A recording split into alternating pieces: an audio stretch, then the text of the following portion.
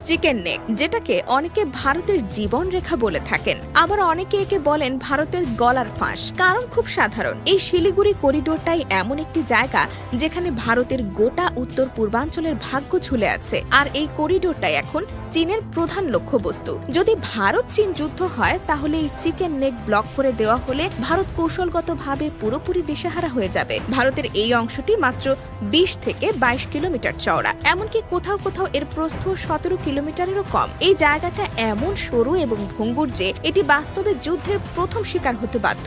যদি ভবিষ্যতে ভারত ও চীনের মধ্যে কোনো যুদ্ধ বাধে, তাহলে শিলিগুড়ি করিডোর ভারতের জন্য সবচেয়ে বড় দুর্বলতা হিসেবে দেখা দিতে পারে। কারণ এই করিডোরে ভারতের অখণ্ডতার মূল সেতু। এই পথ যদি বন্ধ হয়ে যায়, তাহলে উত্তর পূর্ব ভারতের সঙ্গে মূল ভারতের সরাসরি সংযোগ বিচ্ছিন্ন হয়ে যাবে, যেখানে আছে আসাম, মেঘালয়, ত্রিপুরা, মিজোরাম, নাগাল্যান্ড, মণিপুর, অরুণাচল, এই 7টা রাজ্য।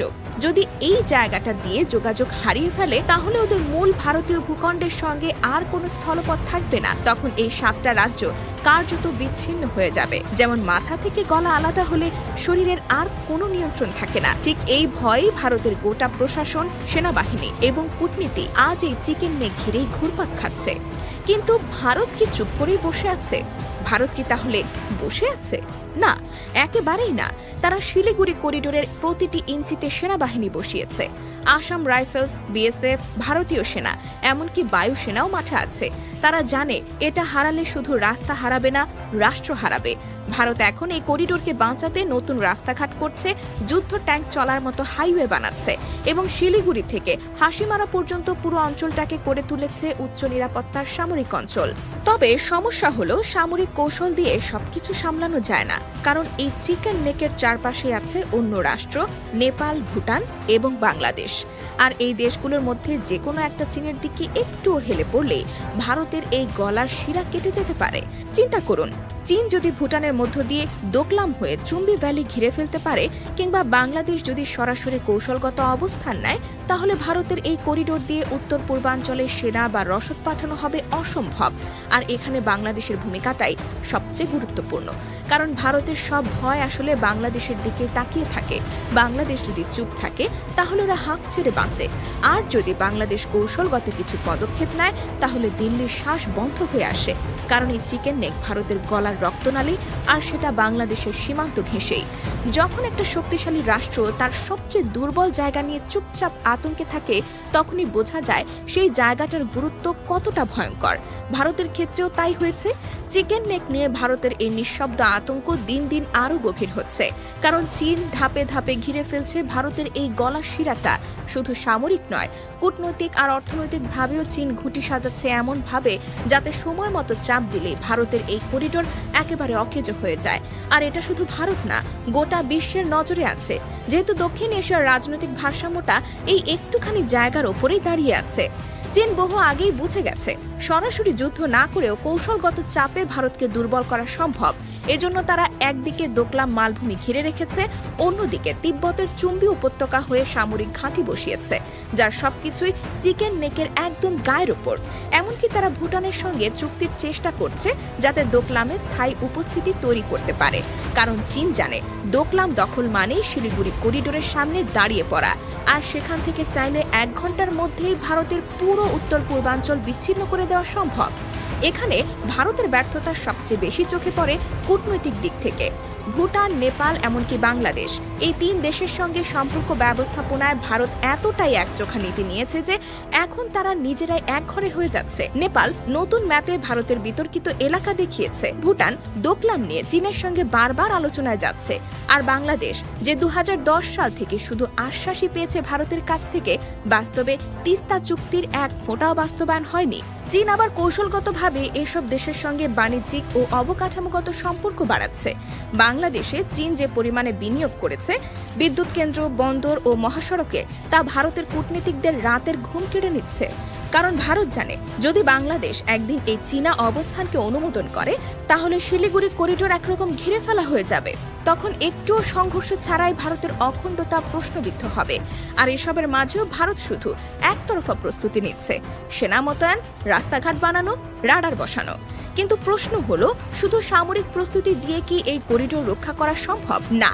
কারণ এই করিডোর ঘিরে রয়েছে বহুমুখী হুমকি। ভেতরের বিচ্ছিন্নতাবাদ, বাইরে চীনের চাপ, পাশের দেশে কূটনৈতিক দুর্বলতা, এই তিনটাই মিলে ভারতে একসঙ্গে আঘাত হানতে পারে। এদিকে ভারতের ভেতরে উত্তর পূর্বাঞ্চলের জনগণ নিজেদের প্রতি ভারত সরকারের অবহেলা অনেকদিন ধরেই অনুভব করে। তারা মনে করে দিল্লি শুধু দরকার মতো ব্যবহার করে, কিন্তু প্রকৃত উন্নয়ন করে না। এই অসন্তোষ যদি কোনোভাবে চীনের প্ররোচনায় বিস্ফোরণের রূপ নেয়, তাহলে চিকেন নেক বন্ধ না হলেও উত্তর পূর্ব ভারত নিজেই মূল ভারত থেকে আলাদা ভাবতে শুরু করবে।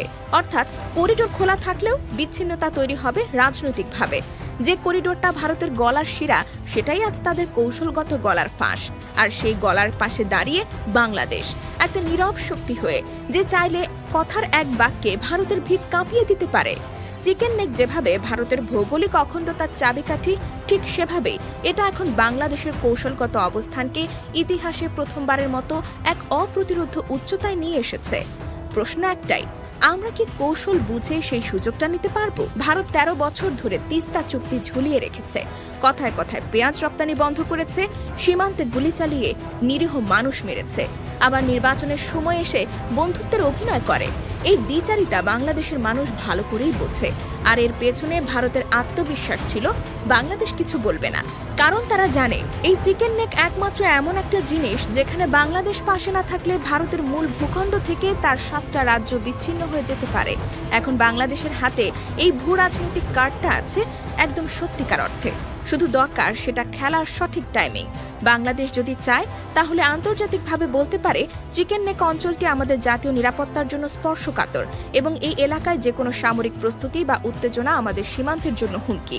শুধু এই বার্তায় ভারতের ভেতরে আতঙ্ক তৈরি করবে, কারণ ওরা জানে বাংলাদেশ চুপ থাকলে চীন আরও সহজে এগোবে।